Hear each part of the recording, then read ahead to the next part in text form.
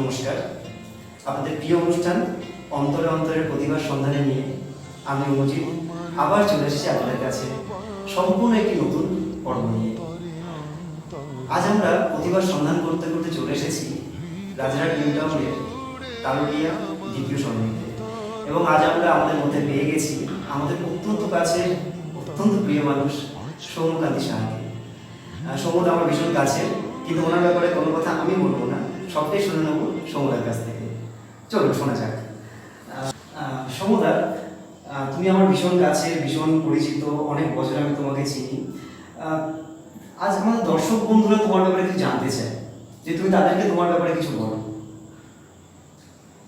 কিছু বলা বলতে, সঙ্গীত এই জিনিসটাকে নিয়ে আমি চলেছি বিগত 30 বছর ধরে। সঙ্গীত একটা সাধনার জিনিস, তো সেই সাধনার জিনিসটার পথটা তো অত্যন্ত কঠিন এবং মোটেই সেটা সহজ নয়। একদম সেই জন্য চেষ্টা করছি একটু একটু করে সাধনার একটা একটা করে স্তর এগোবার। তো সেই স্তরগুলো বেরোনোর জন্য আমার গুরুরা আমাকে সাহায্য করেছেন। বেশ কিছু গুরুর সান্নিধ্য আমি পেয়েছি। প্রথম গুরু আমার মা অঞ্জলি সাহা, তারপরে আমি নিকটস্থ বিউটি দাসের কাছে আমি করি। এরপরে আমি পণ্ডিত অজয় চক্রবর্তীর কাছে কিছুদিন তালিম করি এবং তারপরে আমি রবীন্দ্রনাথে ভর্তি হই। রবীন্দ্রনাথে আমি বেশ কিছু গুণী মানুষের সান্নিধ্য পেয়েছি। আচার্য উদয়ভূষণ ভট্টাচার্যের সুযোগ্য পুত্র অরুণ ভট্টাচার্যের কাছে আমার প্রথম ধ্রুপদের হাতে ধরি, এবং তার পরবর্তী সময় সমীর কুমার দত্ত, যিনি ডাগলাস ব্রাদার্সের শিষ্য ছিলেন, তার কাছে আমার ধ্রুপদ চর্চা বর্তমানে চলছে। আমি এখন ডাগার ঘরে বর্তমানে আমি এখন রয়েছি, ডাগার ঘানা নিয়ে আমি এখন চর্চা করছি, আর সামান্য কিছু গান করি, ব্যাস এইটুকুই আমার, আর কিছু নয়। তোমার মুখে মানে যাদের নাম শুনলাম তারা তো অত্যন্ত জনপ্রিয়, এটা আমরা সবাই জানি। তাদের কোনো পরিচয় তারা আদি নয় কখনোই। তাদের সম্বন্ধে বলতে গেলে মানে একটা উইকিপিডিয়া আমরা গুগল সার্চ করলাম, তাদের সম্পর্কে একটা মানে কয়েকটা পেজ খালি হয়ে যাবে এবং রাত রাত কেটে যাবে, অথচ তাদের উইকিপিডিয়ার কাছেও ততটা থাকবে না যতটা আমাদের সঙ্গীত জগতের মানুষের কাছে তাদের সম্পর্কে জানার বিষয় রয়েছে। এরা প্রকৃত সাধক ছিলেন। কেউ কেউ খুব নাম করে গেছেন, তাদেরকে সকলে চেনে, কিন্তু বেশ কিছু জনকে, সকলের অলক্ষ্যে থেকে অনেক সাধক আছেন যারা সঙ্গীতটাকে সাধনার মধ্যে দিয়ে আমাদের শব্দের যে মাধ্যম, সেই মাধ্যম মানুষের হৃদয়কে স্পর্শ করা, এবং সেই মাধ্যম দিয়ে মানুষের মধ্যে একটা আত্মিক চেতনা করা, সেই যে মাধ্যম সঙ্গীত, সেই সঙ্গীতকে একটা অন্য জায়গায় নিয়ে যাওয়ার চেষ্টা করছেন। এই মানুষগুলো না থাকলে আজকে আমি যেটুকু শিখেছি এদের অত্যন্ত আদরে এবং তাদের অত্যন্ত স্নেহধন্য। নিশ্চয়ই নিশ্চয়ই। এবং আমি যতটা জানি মানে আমি তোমাকে আমার স্কুল লাইফ থেকে চিনি, তুমি আমার থেকে একটু সিনিয়র ছিলে। তোমার গান আমি সেই সময় থেকে শুনেছি, এবং আমাদের স্কুলে অনেকেই মানে তোমার ফ্যান ছিল, এবং আমি একজন ফ্যান ছিলাম। এবং কখনো সত্যি কথা বলতে, আজ আমি ক্যামেরার সামনে কথা বলছি, যে কখনো তোমার সাথে গিয়ে কথা বলবো সেই সাহসটাও আমার কখনো হয়নি, এবং আজ আমি নিজেও এক প্রকার ধন্য যে তোমার সাথে কথা বলতে পারছি, কারণ তোমার নাম আমাদের স্কুলে সবাই জানতো এক প্রকার, অলমোস্ট সেলিব্রিটি টাইপের। ছোটবেলায় কি হয়েছে, ছোট থেকে গান শিখছি তো, আর গানটা করছি, তো একটা সময় শিশু শিল্পী হিসেবে নানা রকম নাম হয়ে গেছিল সল্টলেক, কলকাতা, এবং তখন প্রচুর চ্যানেলে কাজও করতাম। এখন যত দিন গেছে, বয়স বেড়েছে, তখন মনে হয়েছে যে ঠিক নিজেকে একটু গুটিয়ে নিয়েছি মানে নিজে একটা আলাদা করে কাজ করছি। তো সেই প্রত্যেকটা সময় মুখ দেখানোটা আর হয় না, প্রোগ্রামগুলো করা আর হয় না। একটা এই সাধনার জন্য তো ওই একটা নিজের একটা সময় লাগে, সেই সময়টা নিজেকে দিচ্ছি। এটা তো একদমই ঠিক। কিন্তু তুমি এখন গানের সঙ্গে যুক্ত আছো, সকাল থেকে শুরু হয়ে একদম আমার শুরুটাই রাত্রিবেলাও গান শুনতে শুনতে ঘুমাই, আর সকালবেলা আমাদের তো রেয়াজের মাধ্যমে দিয়ে শুরু হয়ে যায়। তো 24 ঘন্টার মতো অন্তত 20 ঘন্টা আমাদের সঙ্গীত চলে। 4-5 ঘন্টা যেটুকু ঘুমালাম সেটুকু ঘুমালাম ব্যাস। এবং আমি যতটা জানি যে তোমার অনেক নতুন স্টুডেন্ট আছে যাদেরকে তুমি নিজেও তৈরি করছো। একটা জায়গা আমার খুব লাগে এখন, একটু খারাপই লাগে, যে বর্তমানে যে ধরনের সঙ্গীত আমরা শুনছি সেটা, হ্যাঁ ক্লাসিক্যাল সবাই হয়তো জানে, অল্প কম বিস্তর সবাই জানে, কিন্তু বর্তমান সঙ্গীত মানে ধরো র্যাপ, বা এই ধরনের সঙ্গীত যেটা আগে আমরা সত্যি করে জানতামও না, কেউ আমরা তার আর্ধেক লিরিক্স আমরা বুঝতেও পারি না যে কি বলছে না বলছে, অথচ সেটা মানুষের ভালো লাগছে, তারা শিখছে। তাহলে কোথাও কি ক্লাসিক্যাল মিউজিক কি ধ্বংসের পথে? এটা সম্পূর্ণ ভুল ধারণা। আমাদের এখানে যে র্যাপ বা পপ বা জ্যাজ যেগুলো এখানে শোনানো হয়, খুব দুঃখের সাথে জানাতে বাধ্য হচ্ছি যে আমাদের এখানে কেউই প্রপারলি র্যাপ বা প্রপারলি জ্যাজ বা প্রপারলি ওয়েস্টার্ন যে মিউজিকগুলো আছে, যে ধারাগুলো আছে, সেগুলো প্রপারলি কেউই এখানে শেখে না। এখানে কিছুটা ইন্ডিয়ান ক্লাসিক্যাল মিউজিকের সাথে কিছুটা র্যাপ, পপ ইত্যাদি নানা রকম প্রকৃতি মিশিয়ে কিছুটা খিচুড়ি টাইপের একটা সঙ্গীত মানুষকে শোনানো হয় এখন, যেটা মানুষ বোঝে না, সেটা মানুষ বেশি ভালোবাসে। এখন ব্যাপারটা হয়ে গেছে ওই রকমের। তুমি যদি প্রপারলি ওয়েস্টার্ন ক্লাসিক্যাল মিউজিক শুনবে, কান্ট্রি মিউজিক শুনবে, প্রপারলি র‍্যাপ শুনবে, প্রপারলি জ্যাজ শুনবে, এবং তাদের যে বিভিন্ন ধারা আছে সেই ধারাগুলো শুনবে, সেই প্রত্যেকটা ধারার মধ্যে তুমি কিন্তু ক্লাসিনেস খুঁজে পাবে। যেমন জ্যাজ, র‍্যাপ এগুলো যেমন ওদের ওখানকার কান্ট্রি মিউজিক, বিভিন্ন প্রদেশের, সেটা নর্থ আমেরিকারই হোক বা সাউথ আমেরিকারই হোক, এগুলো যেমন একটা ওখানকার ফোক সং, কিন্তু তার মধ্যে একটা ক্লাসিনেস আছে। সেই পিওর ক্লাসিনেসটা আমাদের এখানে কেউই ঠিক করে শিখছে না, এবং ঠিক করে কেউ সেটাকে অ্যাপ্লাইও করছে না। যার ফলে কি হচ্ছে, আমাদের এখানে বাংলা সঙ্গীত ধারার মধ্যে কিছুটা ভারতীয় সঙ্গীত ধারা এবং কিছুটা অন্যান্য বিভিন্ন দেশের সঙ্গীত ধারা মিশ্রিত করে একটা মিশ্রিত সঙ্গীত ধারা তৈরি হয়েছে, যেটা মানুষের তাৎক্ষণিক কিছুটা ভালো লাগছে। তুমি খেয়াল করে দেখে থাকবে দীর্ঘস্থায়ী কিন্তু ভালো লাগাটা থাকছে না। একদমই একদমই। দীর্ঘস্থায়ী ভালো লাগা থাকতে গেলে আমাদের একটা ক্লাসিক্যাল বেস থাকা দরকার, সেটা তুমি ওয়েস্টার্ন ক্লাসিক্যালই হোক আলাদা ইন্ডিয়ান ক্লাসিক্যাল হোক। আমাদের ভারতবর্ষে দুরকম ক্লাসিক্যাল মিউজিক আছে, নর্থ ইন্ডিয়ান ক্লাসিক্যাল মিউজিক আর সাউথ ইন্ডিয়ান ক্লাসিক্যাল মিউজিক। দুটো ধারা সম্পূর্ণই ভিন্ন। যারা নর্থ ইন্ডিয়ান ক্লাসিক্যাল মিউজিকের সাথে যুক্ত রয়েছি আমরা, আমরা যে ধরনের গান বাজনা করি, এই গান বাজনাগুলো বহু দিন ধরে চলে আসছে, এবং এক একটা গানের বয়স 450 থেকে 500 বছর। 450-500 বছর ধরে এক একটা গান চলে আসছে। তাহলে সেই গানগুলো বা সেই কম্পোজিশনগুলো এতটাই ভালো যে এতগুলো বছর, 500টা বছর ধরে সেই কম্পোজিশনগুলো চলে আসছে। আমরা সেটাকে রাগ বলে থাকি, ওয়েস্টার্ন মিউজিকে সেগুলোকে বিভিন্নভাবে বলে থাকি। তো এইখানে যে ক্লাসিক্যাল মিউজিক ধ্বংস হয়ে যাচ্ছে, এটা একদম না। আমি কিছুটা তোমাদেরকে শোনাতে পারি। যেমন ধরো, রবীন্দ্রনাথ বেশ কিছু কাজ করে গেছেন ধ্রুপদের উপরে। ধ্রুপদের আমাদের অনেকগুলো পার্ট হয়, তার মধ্যে একদম যেমন ধীমা তালু আছে,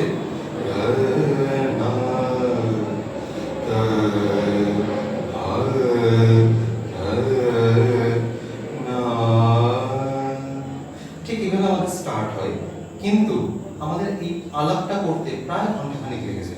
আমরা যখন আলাপটা শেষের পর্যায়ে নিয়ে যাই, তখন আমাদের রে রা রা রা রা রা রা রা রা রা রে রা রা রা তুম না না না না রে রা রা রা রা রা রে রা না না না না রে রা রা না না না না না না নুম না না না না না রে রা না না না তা না না না না না না না না রে রা রা না রা না। তো তুমি দেখলে এই যে সম্পূর্ণ আলাপটার মধ্যে তুমি যেমন অত্যন্ত ধীমা জিনিস পাবে, ঠিক তেমনই যাতে খুব জোরসে নাচানাচি করা যায় সেই জিনিসগুলো তো আছে। অর্থাৎ ভারতীয় শাস্ত্রীয় সঙ্গীতের মধ্যে সম্পূর্ণ জিনিসটাই রয়েছে। তাহলে কি অ্যাপ্লিকেশনের ভুল কোথাও? না, অ্যাপ্লিকেশনের ভুল না। মানুষের যত দিন যাচ্ছে সময় আসলে কমে আসছে। একদম প্রথমে যখন ছিল বনে গিয়ে সাধু সন্ন্যাসীদের মতো গান বাজনা করতে হতো, হাতে মানুষের অনেক সময় ছিল, সেই সময় মানুষ অনেক ধীর স্থিরভাবে গান বাজনাটা করতো, অনেক শান্তভাবে ধ্যানের মতো করে গানটাকে করতো। গানটা একটা সঙ্গীত। এই প্রসঙ্গে অন ক্যামেরা আমি কয়েকটা কথা বলতে চাই, হয়তো ভুল হলে গুরুজনেরা মার্জনা করে নেবেন। আমি নিজে রিয়েলাইজ করেছি, সারা বিশ্ব ব্রহ্মাণ্ড চলছে তার মধ্যে বেশ কিছু শক্তি মাধ্যমে। প্রধান দুটো শক্তি, একটা হচ্ছে আলোক শক্তি, লাইট, আরেকটা শক্তি হচ্ছে sound. Human being light create করতে পারে না, বাট হিউম্যান বিং সাউন্ড তৈরি করতে পারে। তো সেই ক্ষেত্রে মানুষ একটা সুপ্রিম পাওয়ারকে নিজে তৈরি করতে পারে, সেটা হলো শব্দ। এই শব্দ এমন একটা পর্যায় পর্যন্ত পৌঁছানো সম্ভব যেই শক্তিটা দিয়ে, শব্দের সেই শক্তিটা দিয়ে প্রত্যেকটা মানুষকে ওয়েভ, আমার ওয়েভটা তোমার হৃদয়কে এমনভাবে আন্দোলিত করবে যে তুমি যে প্রথম কোনো ফ্যান, আমরা যেমন লতা মঙ্গেশকরের ফ্যান, আমরা অর্থাৎ তাদের উৎপন্ন শব্দ আমাদের হৃদয়ে এমনভাবে গেঁথে গেছে যে আমরা সেই শব্দে নিজেদেরকে চালিত করি। ঠিক ঠিক, এবং আমরা অনেক সময় গুনগুনো করতে থাকি। হ্যাঁ, প্রত্যেকে গুনগুনো করি আমরা, অর্থাৎ কি আমরা ওই ওয়েভটাকে গুনগুন করছি। একদম। অর্থাৎ ওনার সৃষ্টি শব্দ মাধ্যম বা সেই ওনার সৃষ্টি যে পাওয়ার, সেটা এতটাই পাওয়ারফুল যে কোটি কোটি কোটি কোটি মানুষকে আন্দোলিত করে দেয়। ঠিক, যেমন সূর্য এত কোটি কোটি লোককে আলো দিচ্ছে, এত কিছু করছে, ঠিক তেমনি শব্দের মাধ্যমে এতগুলো লোককে তারা ওয়েভ করছে। এই হচ্ছে শব্দের পাওয়ার। এটাই ভালোভাবে কতগুলো পজিটিভ সাউন্ডকে নিয়ে আমরা একটা ওয়েতে চালনা করি। এর কতগুলো পরিমাপ আছে, শব্দের কতগুলো পরিমাপ হয়, আমরা যেগুলো হার্টজ দিয়ে মাপি। তুমি শুনে থাকবে 440 হার্টজ, এরকম কতগুলো হার্টজ, প্রত্যেকটা সাউন্ডের একটা হার্টজ আছে। যেই শব্দ তরঙ্গ উৎপন্ন হলে মানুষের হৃদয় কম্পন অনুভূত হবে। তার সাথে একটা মনের ব্যাপার আছে। এই জিনিসগুলো মিশে একটা এমন অদ্ভুত জিনিস তৈরি হয় যেটাকে আমরা সঙ্গীত বলি। তার সাথে কিছুটা কথা আছে, কিছুটা সুর আছে। এবার সেই কথাটা কোনো বাধা মানে না, কিন্তু তুমি পৃথিবীর যে কোনো ভাষার গান শুনবে, সুর যদি খুব ক্যাচি হয় তুমি কিন্তু সেটাকে অবশ্যই শুনবে। সেটা যে কোনো ভাষায় গান হতে পারে, ভাষা বুঝি বা না বুঝি, সে ভাষা বোঝো বা না বোঝো, তার রিদিম বা তার সুর, ভারতবর্ষের যত সঙ্গীত বড় বড় সঙ্গীত স্রষ্টারা আছেন, তারা সারা পৃথিবীর বহু ভাষার বহু রকম গানকে নিয়ে ভারতীয় ভাবে ওটাকে প্রেজেন্ট করেছেন। সব থেকে বড় তো রবীন্দ্রনাথই রয়েছেন। কত রকম যে গানকে উনি বাংলার মতো করে, বাঙালি মানুষের মতো করে বাংলাকে দিয়েছেন, কীর্তন থেকে আরম্ভ করে বিদেশি পাশ্চাত্য নানা সঙ্গীত থেকে শুরু করে, এবং ধ্রুপদ বাংলা যারা ভারতীয় শাস্ত্রীয় সঙ্গীতে যা যা রকম হয়, রবীন্দ্রনাথের চাইতে বড় তো বাঙালিতে কেউ নেই। মানে গুরুদেব বাংলায় জন্মেই করেছে। এই জন্য আমার মনে হয় যে শাস্ত্রীয় সঙ্গীতটা বর্তমানে অত্যন্ত প্রয়োজন প্রত্যেকের জানার, যে আমি আসলে কি করছি। আমাদের এখানে মূল সমস্যাটা হচ্ছে সবাই খুব তাড়াতাড়ি একটা কিছু আমাদের এখানে চাইছে। এখানে আমার একটা প্রশ্ন, মানে আমি একটু ক্রিকেটের তুলনায় যাচ্ছি, যে আগে ছিল টেস্ট ক্রিকেট, যে মানুষ ধরে খেলবে, কিন্তু এখন সেই ধৈর্যটা নেই, টি-20 চাই। ঠিক গানের জগতে এটা নয় যে কিছু চ্যানেল, আমি নাম বলবো না, কিছু বড় চ্যানেলের রিয়েলিটি শো যেগুলো মানুষকে ভীষণ আকৃষ্ট করছে, এবং যেন ছোটবেলা থেকে মা বাবার একটা ধ্যান ধারণা, ছেলে মেয়েকে একটা এই প্ল্যাটফর্মটা আমায় দিতে হবে, সে কি শিখলো না শিখলো সেটা না, আমাকে যেগুলো দিতে হবে। এবং তার জন্য তারা বাচ্চার কোথাও শৈশবও নিয়ে নিচ্ছে, বাচ্চার ইচ্ছা আছে কি নেই সেটাও সে যাচ্ছে না, তাকে সেই প্ল্যাটফর্মে ঢোকাতে পারলেই হলো। তো এই জায়গাটায় তুমি কি এটা মানে বিরোধী, না তুমি এটা সপক্ষে কিছু বলবে? সব থেকে ভালো হতো যদি কিছু না বলতাম। আমি কিন্তু যেহেতু তুমি আমার অত্যন্ত ভালো বন্ধু, ছোট থেকে অনেকদিন ধরে আমরা চিনি, এটা আমাদেরই আলোচনার মধ্যে, অন ক্যামেরা হয়তো বলছি, অনেকে আমাকে এই নিয়ে গালমন্দ করতে পারে, আমি ঠিক এটার বিরোধী নই, কিন্তু যেভাবে পড়া হচ্ছে তার বিরোধী। ঠিক এই জায়গাটা যেভাবে পড়া হচ্ছে তার বিরোধী। আমি প্রথমেই বললাম সঙ্গীত একটা সাধনার জিনিস। সাধনার জিনিসটাকে নিয়ে যদি কেউ বিজনেস করে, তাহলে সাধনাটা সাধনা জায়গায় থাকে না। গানটাকে এখন আলু পটলের ধরে বেচা হচ্ছে। তুমি অমুক চ্যানেলের এই রিয়েলিটি শো এর ফার্স্ট হবে, তাহলে তুমি একটা গাড়ি পাবে, বা তুমি একটা বাড়ি পাবে, বা তুমি 4টে ফিল্মে গান গাইবে, নেক্সট 4টে ফিল্মে গান গাইবে। এই করে করে ছোটবেলায় যেই সময়টাতে আমাদের গলাটা তৈরি করার প্রয়োজনীয়তা রয়েছে, যেই সময় আমাদের ব্রেনের আমাদের একটা সার্বিক বিকাশের প্রয়োজন রয়েছে, সেই সময়টাকে বড় বড় বিজনেস কোম্পানিগুলো পুরো কি বলবো, জাস্ট লেবারদের মতো এই সমস্ত ছেলে মেয়েগুলোকে নিংড়ে নিয়ে ছিবড়ে করে পরের দিন ফেলে দিচ্ছে। তুমি জাস্ট হাতে গোনা 3-4টে নাম বলতে পারবে সারা ভারতবর্ষে যারা রিয়েলিটি শো এর ফার্স্ট বা সেকেন্ড বা থার্ড বা একটা কোনো পজিশন পাওয়ার পরে এখনো পর্যন্ত গানটা ঠিক মতো করে যাচ্ছে। হাজার হাজার ছেলে মেয়ে হাজার হাজার রিয়েলিটি শো থেকে উঠেছে এবং তারা কয়েকদিন বাদে হারিয়ে গেছে। এবং তুমি খেয়াল করে দেখবে তাদের গলা ভীষণ বাজে হয়ে যায়, তাদের সুর কিছুই থাকে না, কারণ এখন তো আমাদের শব্দ মাধ্যমটাকে সঠিকভাবে ব্যবহার করা হয় না। আমাদের নানা রকম কারিগরি সব বিদ্যা এসে গেছে নানা রকম ভাবে। তুমিও জানো যে অটো টিউন করে দেওয়া হয়, তোমার সুর লাগলো কি লাগলো না ও ঠিক টিউনে গিয়ে তোমার যেটা আউটপুট হবে, লোকে যেটা শুনবে সেটা দেখবে খুব সুন্দর শুনছে। কিন্তু ওই ছেলেটাকে তুমি যখন সামনাসামনি বসে গান শুনবে দেখবে যে তোমার ভালো লাগছে না।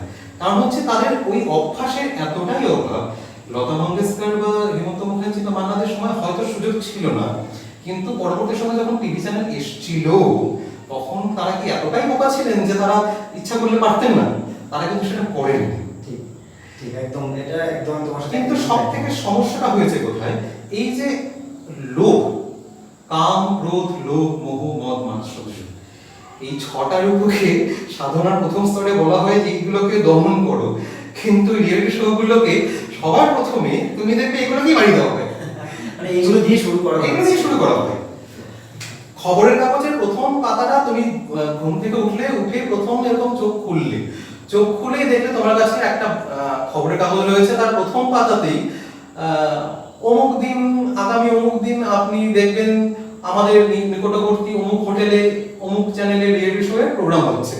আপনি ওই চ্যানেলে আসলে পরে অমুক একটা অডিশন না, ওই লোক ঠকিয়ে দেওয়া হলো। এবং সমগ্র বাবা মাদের মধ্যে লোক যে আমার ছেলের মানে জন্মেই একদম 6-7 বছরের মধ্যে এমন নাম করবে, সে 60 বছর পর্যন্ত সেই নাম নিয়ে থাকবে। এত সহজে হয় না, একদম এত সহজে হয় না। বাড়ির ভিড় যদি করে মান্নাদি বলো বা যে কোনো যত বড় বড় নাম তোমরা জানো, এবং যে নামগুলো তোমরা জানো না, সাধারণ মানুষ যে নামগুলো জানে না তারাও তো অনেক বেশি। কিছু নাম আমরা সবাই জানি, কিন্তু নাম জানি না এমন নাম অনেক অনেক মানে বেশি পাওয়া যাবে, অনেক আছে বেশি পাওয়া যাবে। যারা কিন্তু এই প্রচারের দিকে যান না, কিন্তু তারা এমন সাধনা করে যান, এটা একটা অদ্ভুত জিনিস। এই প্রথম আমি মানে বললাম, দর্শকরা কিছু মনে করবেন না, যে কোনো ক্ষমা করে নেবেন। এবং আমি যেটা বললাম সেটা সম্পূর্ণ আমার ব্যক্তিগত মতামত, চ্যানেলের এই ব্যাপারে কোনো মতামত নেই। আমার নিজের মনে হয় এই যে লোকটাকে ঢুকিয়ে দেওয়া হয়, প্রথমে একটা লোক দেওয়া হলো, তারপর একটা কাম এসে গেল যে আমি বললি এত কিছু পাবো, ক্রোধ এসে গেল, ও কেন ফার্স্ট হলো, আমি কেন ফার্স্ট হলো না, কাম, ক্রোধ, লোভ, মোহ, সেই একবার মোহতে ঢুকে গেলে আমি 10টা শো করবো, দিনে 4টে করে শো করবো, আর মদ মাৎসর্য তো মানে আনুষঙ্গিক জিনিস হয়ে যায়। তো আমি যদি এই দুটোকে কেউ ছেড়ে দেয়, মদ মাৎসর্যটা, তাহলে এই 4টে ঋতু তো মানে তার মধ্যে একদম যথেষ্ট হয়ে গেল। তাহলে সে সাধনাটা করবে কখন আর গান বাজনাটা করবে কখন? সত্যি সত্যি তোমার এই জায়গাতে আমি একটু না প্রায় পুরোটাই একমত। কারণ আমি কিছু সেলিব্রিটি কেন দেখেছি, সেলিব্রিটি বাচ্চা মানে যারা কিছুদিনের জন্য সেলিব্রিটি হয়, প্রতি বছর তো চেঞ্জ হচ্ছে প্ল্যাটফর্মগুলো, তাদের মুখে ছোট বাচ্চা, অথচ তারা পারিপার্শ্বিক ব্যক্তিগুলোকে যারা বড়দের সম্মানও দেয় না। আমি এরকমও দেখেছি যে তারা এমন একটা রিপুর ভেতরে চলে গেছে, তারা যখন বড়দের সঙ্গে কথা বলছে তারা ভুলে যাচ্ছে যে এই যে সামনের ব্যক্তিটি আমাদের অনেকটাই বড়, সে যেন সব শিখে গেছে। তো কি উপায় আছে যে আমরা এই সিস্টেম থেকে বেরোতে পারি? কিছু তো আছে। এটা আমার কাছে, আমার সত্যি কোনো উপায় জানা নেই। আমি চেষ্টা করছি, মানে এই এতগুলো কথা উঠলো বলে আমি সামান্য করে একটুখানি বলি। ক্লাস 12 পর্যন্ত আমার বয়স, মানে আমি তখন ছুটিয়ে বিভিন্ন চ্যানেলে প্রোগ্রাম করতাম। ছুটি মানে হ্যানো চ্যানেল নিয়ে আমি যেখানে প্রোগ্রাম করতাম না, হ্যানো স্টেজ নিয়ে আমি প্রতিদিনই প্রায় একটা করে প্রোগ্রাম করছি। গুরুজি নিয়ে যাচ্ছে, নানা নিয়ে যাচ্ছে, হ্যাঁ মানে পুজোর সময় তো আমাদের মানে ব্যস্ততা তুঙ্গে থাকতো। তারপরে আমি এই যে দুটো লোকের কথা বললাম, আচ্ছা যুগের বসু ভট্টাচার্যের ছেলে অরুণ ভট্টাচার্য এবং সমীর কুমার দত্ত মহাশয়, উনি দুজনেই রবীন্দ্রভারতীর সাথে যুক্ত এবং দুজনেই বিশ্বভারতীর সাথেও যুক্ত। এই লোকগুলোকে দেখে আমার মনে হলো যে কোথাও আমি ঠিক পথে যাচ্ছি না, আমি ওই লোভের পেছনে ছুটছি। তখন মনে হলো না, এবার আমি একটু নিজের দিকে নজর দিই। আস্তে আস্তে তুমি বিশ্বাস করবে না, আমি মিউজিকে মাস্টার্স করার পরে আমাকে গুরুজি প্রথম স্থানটা অ্যাকচুয়ালি করে লাগাতে হয় শেখালো। মানে এত বছর সাধনার পর তুমি জানতে সাধনা না, আমি তো ততদিনে মানে আমি এত কাজটা করে শেখার পরে মাস্টার ডিগ্রি পাস করলাম, গুরুজি বললো হয়েছে, ডিগ্রি হয়ে গেছে, এবার কিছু গান শিখ। মানে তখন তোমার কেমন লাগলো এই যে আমি তাহলে কি করলাম, আমি এত বছর কি করলাম? ওনার কাছে প্রথম শুনে ভাবলাম যে সত্যি আমি এই জীবনে এই যে 21-22 বছর করলামটা কি? অদ্ভুত প্রশ্ন মানে নিজের কাছে। হ্যাঁ, একটা সাকে যে কতভাবে লাগানো যায় এবং বিভিন্ন রাগের ভিত্তি পরিস্থিতিতে সেই সাগুলো কিভাবে পাল্টে যাবে এবং কিভাবে এটাকে করা যায়, এই লোকগুলো না থাকলে আজকে আমি যে যে জিনিসটা করার চেষ্টা করছি, আমি জানি এটা আমি সফল হব না। আমি 100 কেন 200% জানি, কারণ আমার মতো কি বলবো, পাতি বাংলা যাকে বলে গর্ধব বোধহয় খুব দু একটা আছে যারা এরকম মানে নিজেদেরকে ওই চ্যানেলে না করতে গিয়ে আমি চেষ্টা করছি গ্রাসরুট লেভেলে কিছু ছেলে মেয়েকে প্রপার যারা সুরে গাইবে, প্রপার যারা সঙ্গীতটাকে বুঝবে, সঙ্গীতটা কি জিনিস, হোয়াট ইজ দ্য মিউজিক, সঙ্গীত কি জিনিস, কেন এটাকে সাধনা বলে, কেন রোজ ভোরবেলা উঠে আমাদেরকে রেয়াজ করতে বলা হয়, গুরুজিরা কেন বলেন ভোরবেলা রেয়াজ করার, কেন কেন ভোরবেলা রেয়াজ করতে হয়, এরা এত ইঁদুর দৌড়ে ছুটছে তুমি বিশ্বাস করবে না। বলতে আমার কেন কোনো অদ্ভুত লাগে, ক্যালকাটা ইউনিভার্সিটির প্রফেসর, ডাক্তার, বেশ কয়েকজন প্রফেসর যারা রিটায়ারমেন্ট করার পর এবং সাইকোলজি প্রফেসর, মানে ভাবতে পারো রিটায়ারমেন্ট করার পরে আমার কাছে এসে বললো, সৌম্য আমি কিছু ক্লাসিক্যাল মিউজিক শিখবো, এবং আমার কাছে বয়স বললে তুমি অবাক হয়ে যাবে, এখন আমার কাছে যখন প্রথম গান শিখতে আসলো তখন তার বয়স ছিল 64 বছর, এখন এরকম আছে প্রায় 3-4 জন, এবং তাদের বয়স 76 বছর, 76, তারা এখনো গান শিখছে এবং তারা রিয়েলাইজ করেছে যে মিউজিকটা ওরকম নয়, মিউজিকটা সাধনার জিনিস। এই কয়েকটা লোককে আমি হয়তো 20টা 25টা 50টা লোককে যদি আমি মনে করাতে পারি যে হ্যাঁ সঙ্গীতটা ঠিক কি রকম, জিনিসটা কি রকম, আমি নিজেকে চাকরি মনে করবো, মানে আমার আর কিছু চাই না, মানে আমার গুরুজি আমাকে দিয়ে গেছেন সেই দায়ভারটা, আমি আমার স্টুডেন্টদের মধ্যে সেই দায়ভারটা দিয়েছি।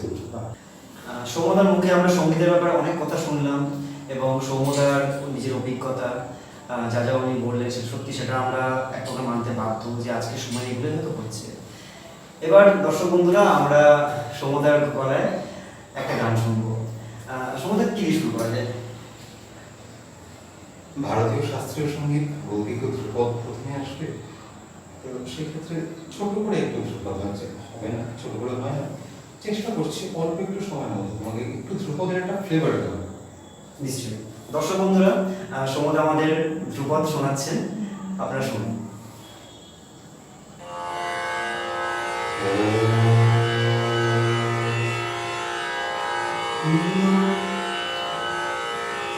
प्रथम आद शिव शंभु नाद परमेश्वर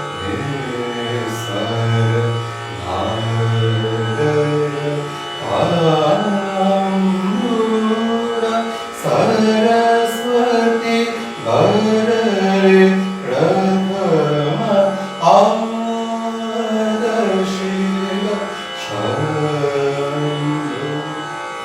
দুটো কথা বলতে চাই এই বিষয়ে। এই গানটা যেটা তোমাকে শোনাচ্ছি এটা প্রায় 450 বছরের পুরনো।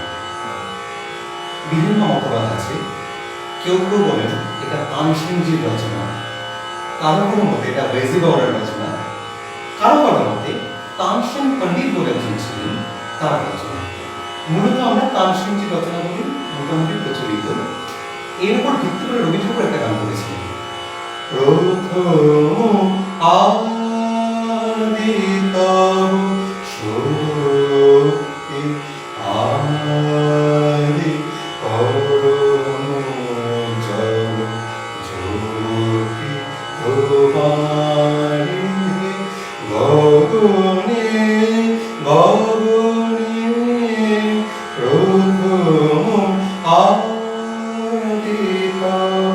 শক্তি अनाहत आदिनाद गुणसागर स्वरूप अनाहत आदिनाद गुणसागर स्वरूप ब्रह्मा विष्णु महेश्वर लक्ष्मण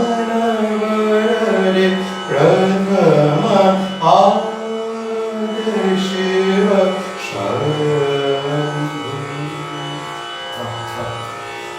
সত্যি যেন কোথাও একটা মানে হারিয়ে গেছিলাম হয়তো।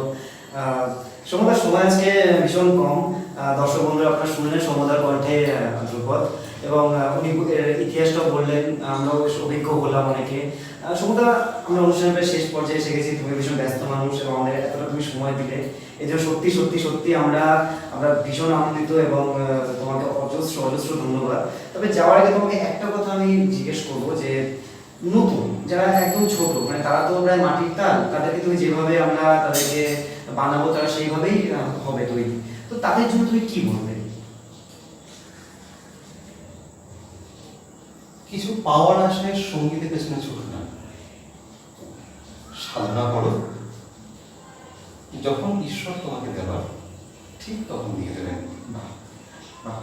সত্যি এর উপরে সত্যি বলার কিছু নেই। ঈশ্বর সবার প্রতি নজর রাখেন, সবাইকে সবাইকে দেন। ঠিক করে ডাকো। স্বামী বিবেকানন্দ বলে গেছিলেন ঈশ্বরকে সহজ পাওয়ার উপায় হচ্ছেন সঙ্গীত। প্রত্যেকটা মনীষী বলে গেছে সঙ্গীতের মাধ্যমে যত তাড়াতাড়ি ঈশ্বরের কাছে পৌঁছানো যায়, আর কোনো মাধ্যমে এত তাড়াতাড়ি পৌঁছানো যায় না। ঈশ্বর প্রত্যেককে কিছু না কিছু ভালো দেবেনই দেবেন, যা করেন মঙ্গলের জন্যই করেন। তুমি ঈশ্বরের পেছনে ছুটে না, তুমি সাধনা করে যাও, ঈশ্বর ঠিক তোমার কাছে আসবেন। আমি চ্যানেলকে আমার অসংখ্য ধন্যবাদ জানাবো। তোমাকে তো জানাচ্ছি, এবং ক্যামেরার পেছনে যারা রয়েছেন প্রত্যেককে আমার অসংখ্য অসংখ্য ধন্যবাদ।